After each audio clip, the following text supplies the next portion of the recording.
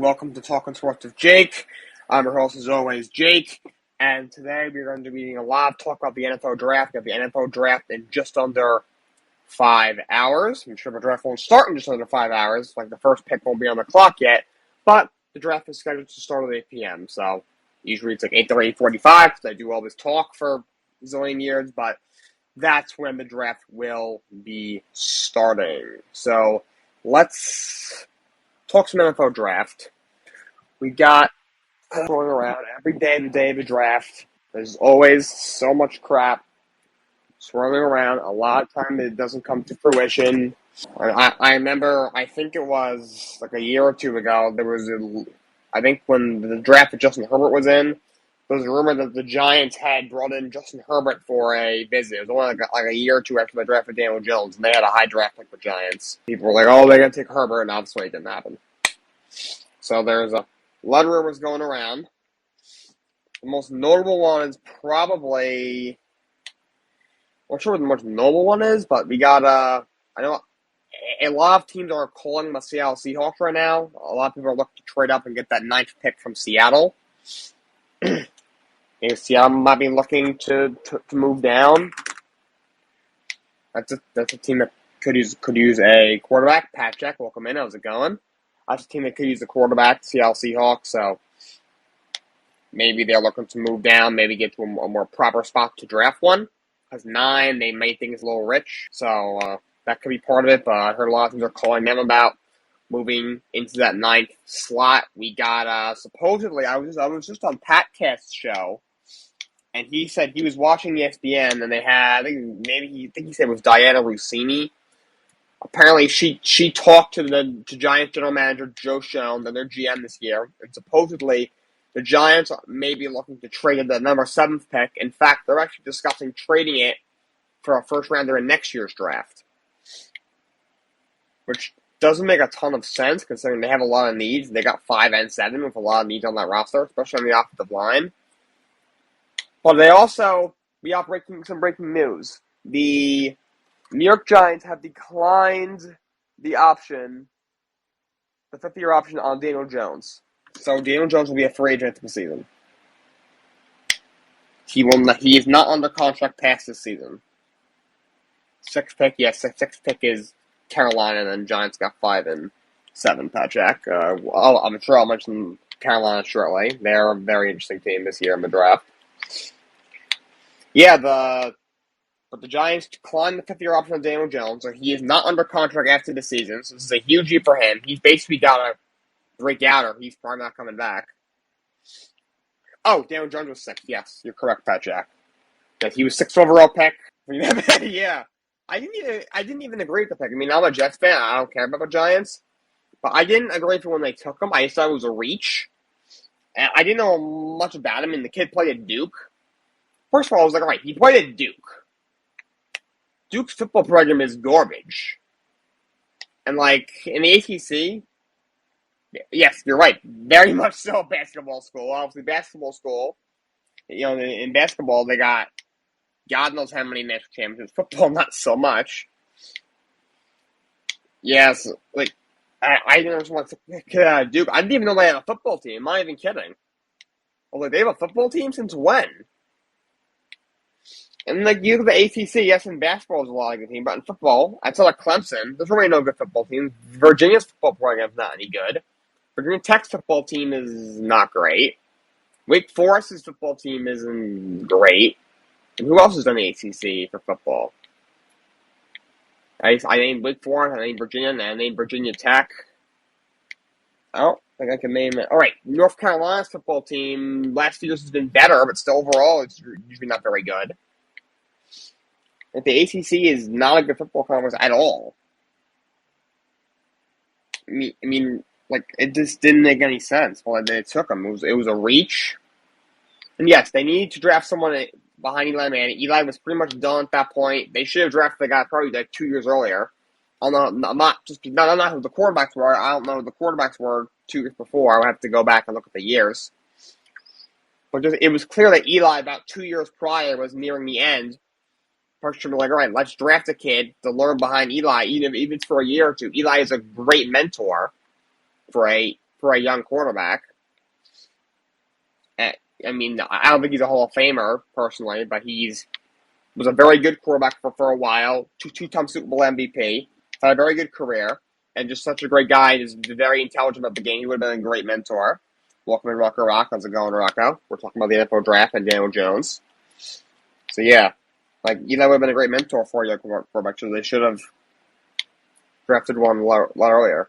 Gardner Minshew was a 6th round pick the same year, and I agree, Patrick. I would rather have Gardner Minshew over Daniel Jones. I'm surprised teams haven't called the Eagles and said, well, what would it take to get Gardner Minshew and bring him in with a chance to be their starting quarterback? I don't think he's a great starter, but he could be, I think, a serviceable starting quarterback. A couple years ago in Jacksonville, they only had Nick Foles when he ended up being the starter for most of the year. I thought he played very well. And, last year in Jacksonville, not so much, but that team was a mess.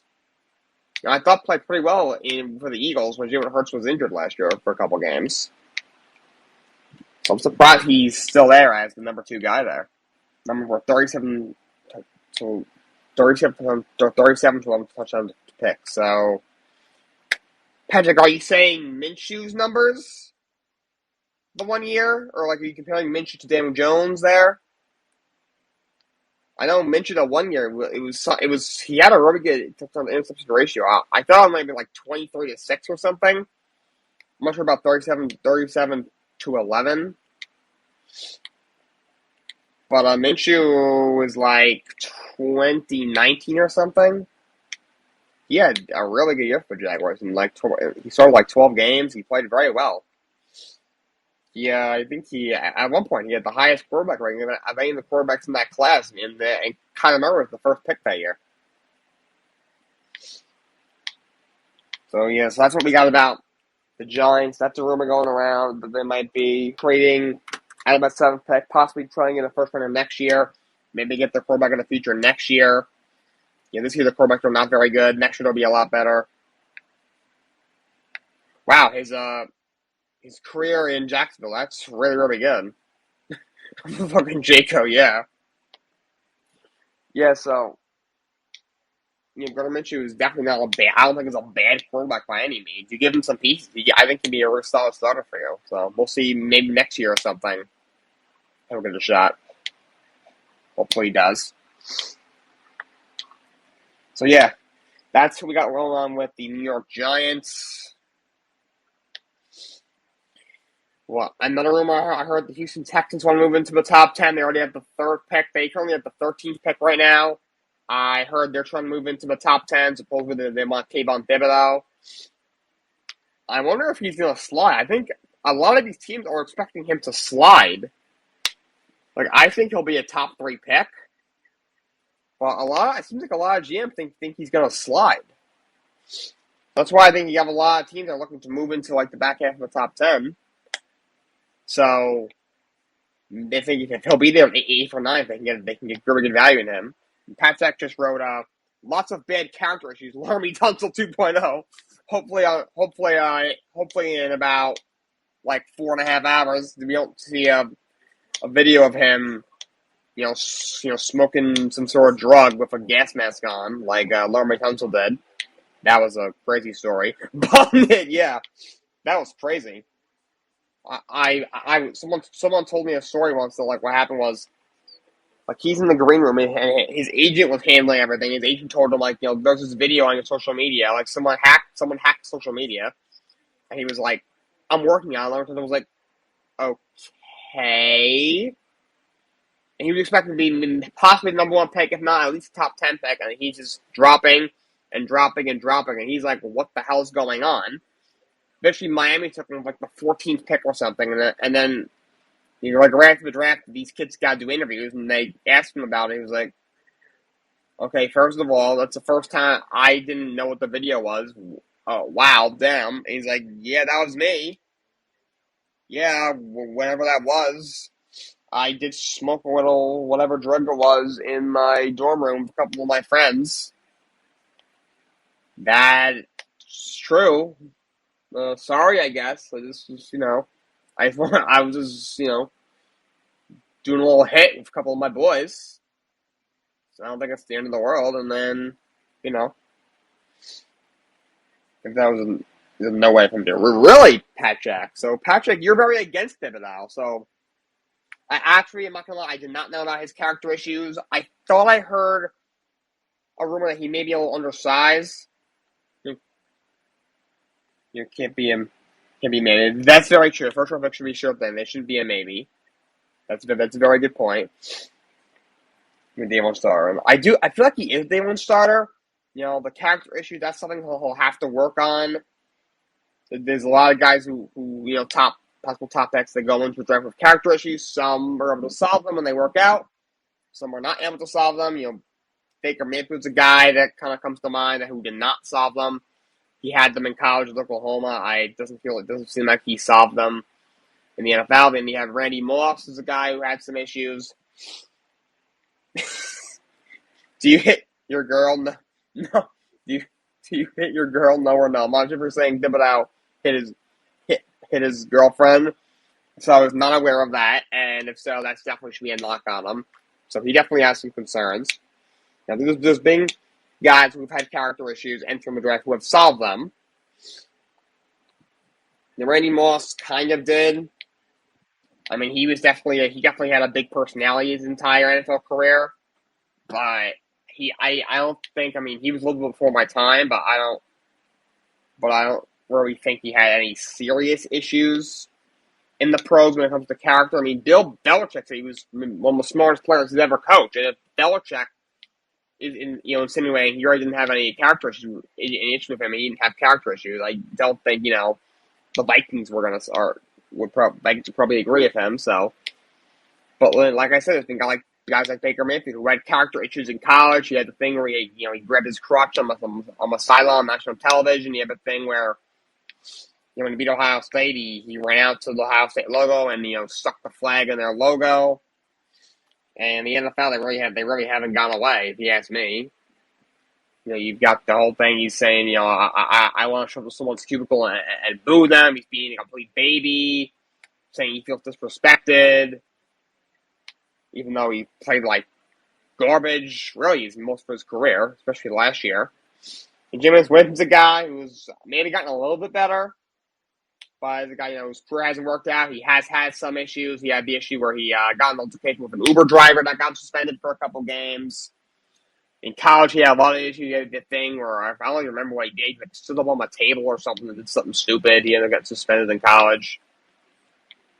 He had that thing I mentioned in the NFL, and obviously he had that famous, I guess pep talk before a game where he lets EAW sort of licking his fingers. That just was like the worst pep talk in the history of pep talks. And then he goes out there and probably threw like 4 interceptions and the team lost. You ask his ex-teammates now are like, I mean, he meant well, but it just didn't hype them up. They were all just grossed out. They were like, dude, you're high-fiving all of us with that hand, and you've been touching the football in the dirt all day. Now you're putting your fingers in your mouth, like, dude, that's disgusting. So they just were very confused by it. So characters are definitely a concern in the draft. So that's a couple of rumors that are roaming around for the draft. Yeah, as for the Jaguars, your number one pick, I heard a rumor that their owner, Shad Khan, really likes Aiden Hutchinson and wants to draft him. But their GM, Trent Baalke, is quote, infatuated with Trayvon Walker and wants to draft him. So it appears the owner and the GM are split on who they want to take. So I would lean maybe Hutchinson going there because obviously the owner has more power than the GM. But you never know. Maybe the GM will convince the owner. Maybe Shad Khan will be like, you know what? I like Hutchinson better, but you're my GM and I trust you. I'll let you pick who you want. So we'll see. Maybe Baalke will just defer to him and be like, you know what? I respect you as an owner. I trust you. You go ahead and draft Hutchinson. Or maybe Khan puts his foot down and says, we are drafting Hutchinson. I'm the owner. You're not. I don't know what's going on there. That organization is very confusing at times. The Jacksonville Jaguars, they do very confusing things a lot. So We will see what happens there. Interesting to see where the quarterbacks go. There's 3 teams in the top 10 that could use a quarterback: in Carolina at number 6, Atlanta at number 8, and Seattle at number 9. Carolina probably the most dire. They have Sam Darnold, who is terrible, and now starting caliber quarterback. But 6 might be too high. Atlanta brought in Marcus Mariota. Hasn't been a starter in like 3 years. Hasn't been a starter for a full season since like 4 years. His last year as a starter, he only started like 6 games. Then Ryan Tannehill came in for him. He got benched for Ryan Tannehill his last year in Tennessee. And then Seattle at number 9, they have Drew Lock right now, who I think is terrible. I don't think he deserves a shot. But I'm not sure if a quarterback is worth taking at those spots, and all 3 teams have a lot of other needs. Carolina needs a help on the offensive line, maybe another piece on defense. Atlanta's got holes all over the roster: wide receiver, defense, offensive line. And Seattle also needs a lot of help on defense and could use another piece on the offensive line as well. So, it might be tough if Carolina can get one of these top tackles. Might be tough to pass one of them up. You gotta, for Atlanta, if they have a shot to get one of these top receivers, or if one of these guys like Trayvon Walker or Kayvon Thibodeau drops to them, that might be tough to pass up for Seattle. If they can get a top defensive player like, say Derek Stingley, maybe someone like Ahmad Gardner or Kayvon Thibodeau falls to them, it might be tough to pass up. So we'll see. Our teams that could use quarterbacks, maybe New Orleans, though. And Patrick just did. Thank you, Patrick, for tuning in. We had a nice chat. Rucker Rocks, you had in your mock draft that you did on lunch break. It's a show at noon Eastern on weekdays. I know you had a quarterback going to the Saints. I forget if it was a 60 for 19th, but I believe you did have a quarterback going. Correct me if I'm wrong. Which I could see, for sure. In fact, I honestly, I would probably do that. Since they got 2 first-round picks, I would use one of them. 16, Malik Willis going to the Saints. I would probably do it, honestly, but I just think they seem to be high on Jameis Winston. Should they be? Probably not. I don't think he's that good. Maybe if you put him in the right system, could be a decent starter for a year or 2 as a stopgap. But he's only under contract for 2 years, too. Maybe they're like, all right, we'll have Willis sit behind him for a year. And if he's right next year and James goes out and has a decent year last year, he picked up where he did last year when he was playing well. He's a guy who only has 1 year left on his contract at a pretty reasonable rate. His AAV is only like 14 or 15 million or something, which for a starting quarterback in today's NFL is actually pretty low and almost a bargain if he's a starting caliber quarterback. That's something that you could easily trade, and depending on how well he does this year, you could get a pretty decent draft pick back for them. So, maybe they look at it that way. We will see what they do. That could be a spot where a quarterback goes. I had Pittsburgh taking Kenny Pickett. That could be a spot where they get a quarterback. Mr. Trubisky ain't it. Mason Rudolph certainly ain't it. Also, Ben Roethlisberger retired. That's really the only spots I see him. Maybe Detroit, he's got the 2nd pick.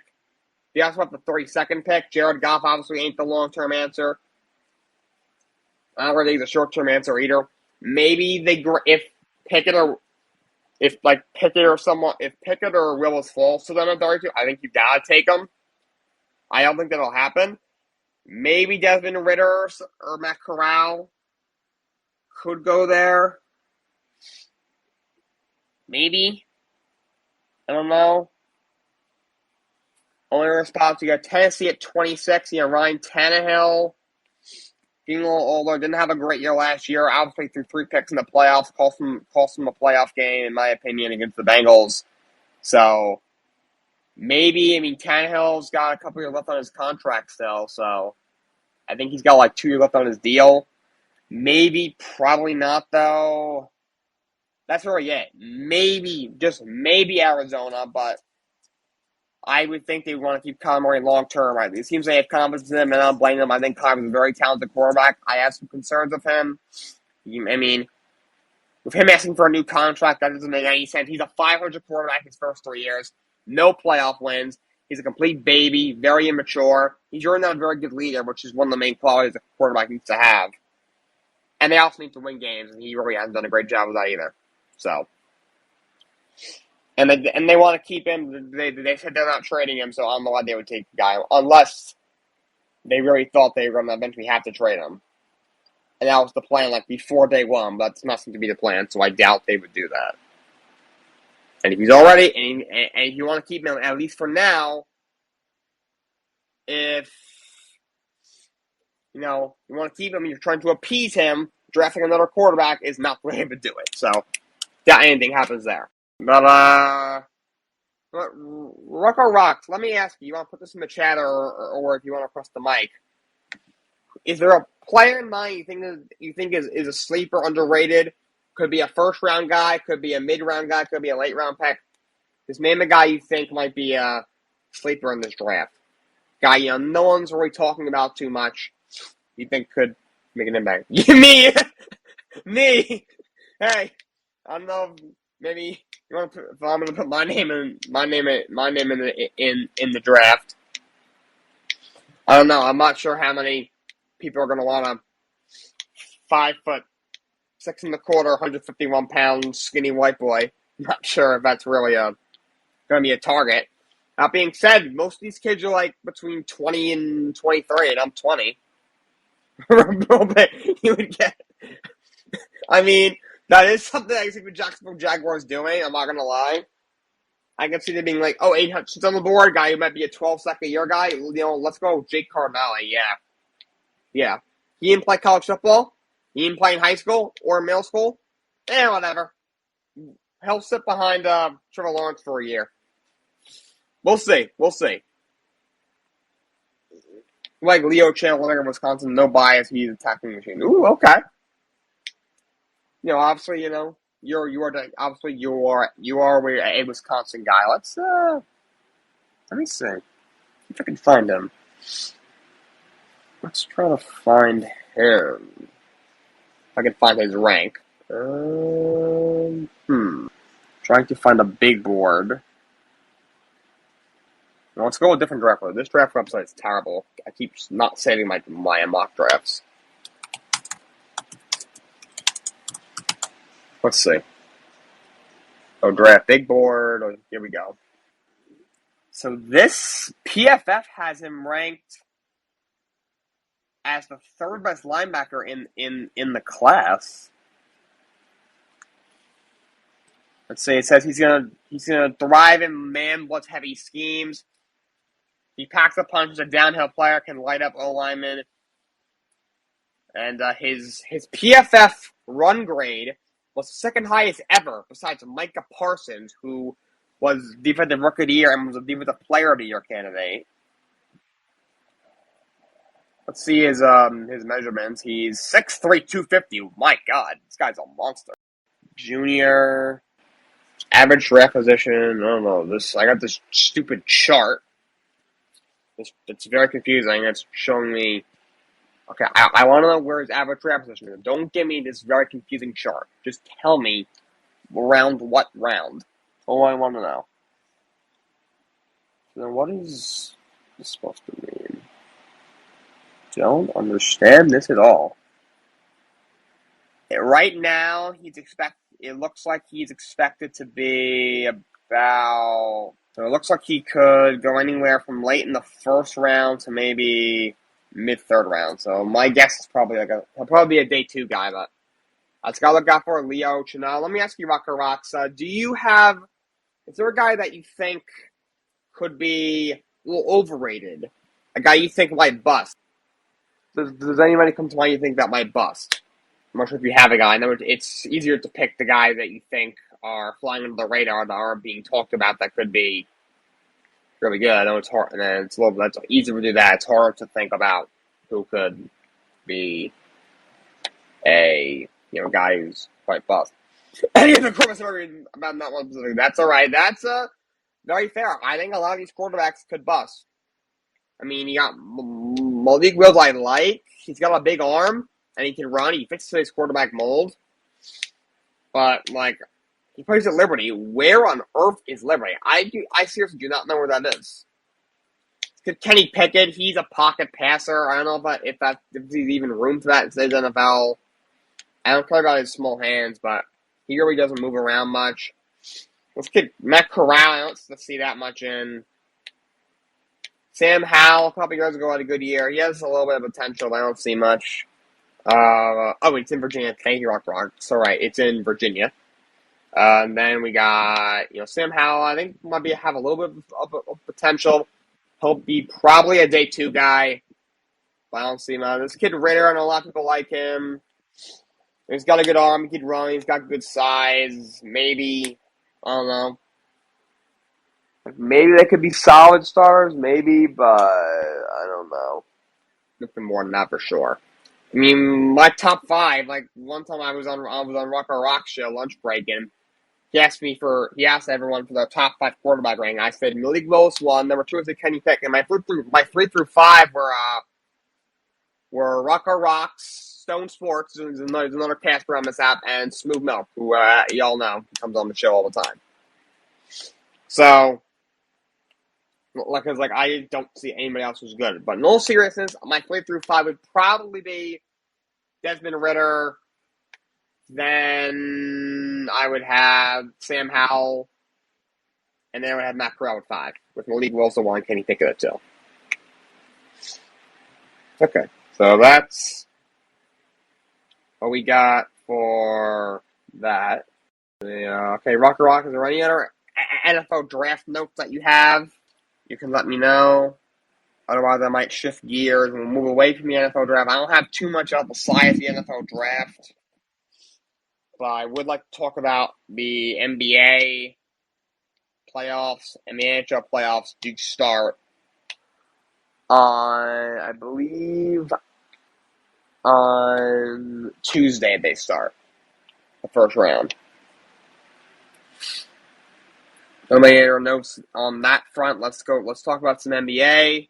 We got last night. We had the Bucks, Rocks. Your Bucks knocked off the Bulls 116-100 in Game 5. They win that series in 5 games. They move on to the second round to play the Bulls and the Celtics. Giannis 33 points, 9 rebounds in that game. Vooch had 19 and 16 in the loss. Welcome in Cap. No, Cap. We were doing some NFL draft talk. We can jump back if you want. If you have any specific notes about the NFL draft that you want to talk about.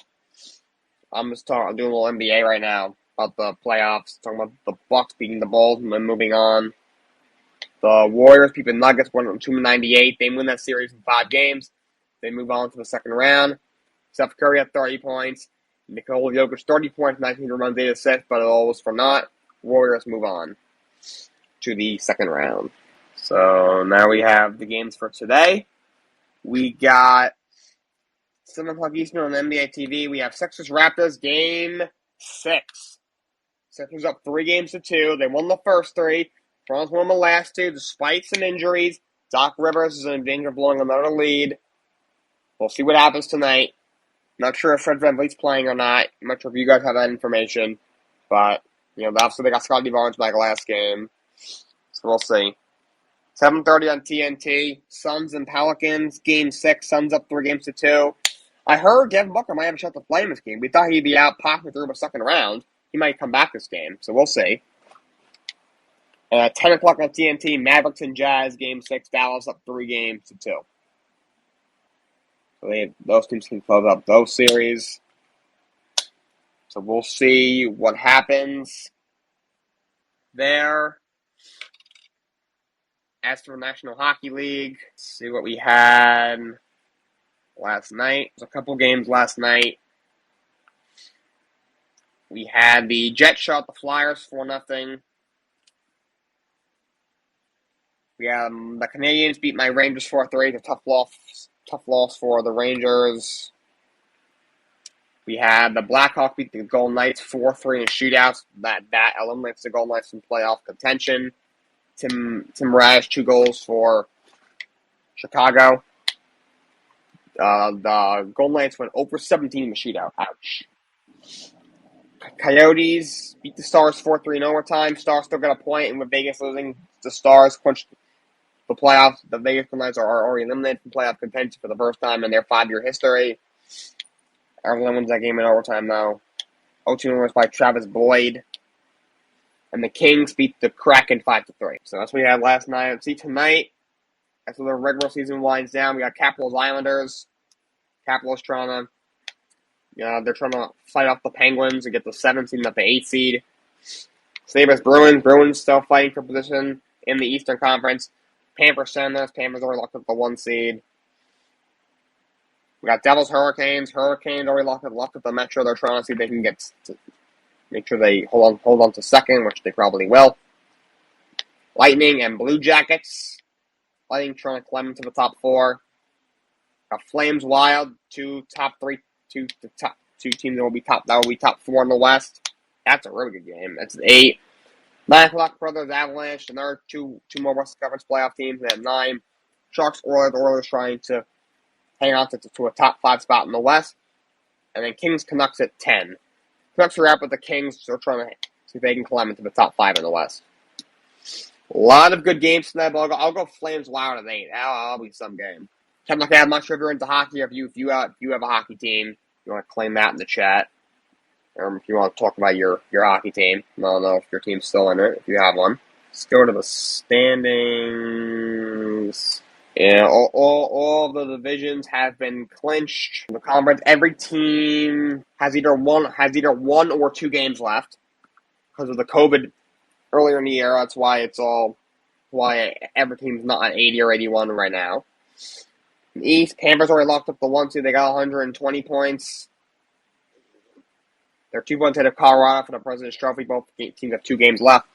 Carolina clinched the Metro. They're at 114. They've won 5 in a row. Toronto's in third of 113. They're playing really well. Points in 8 of their last 10. Tampa and the Rangers both have 108. Tampa has a game in hand. We'll say the Rangers swept the Lightning this year, so they have a tiebreak. Right now, Tampa has a game in hand, but obviously that won't last long. Eventually, everyone will have 82 games, obviously. So Tampa and the Rangers are 4-5.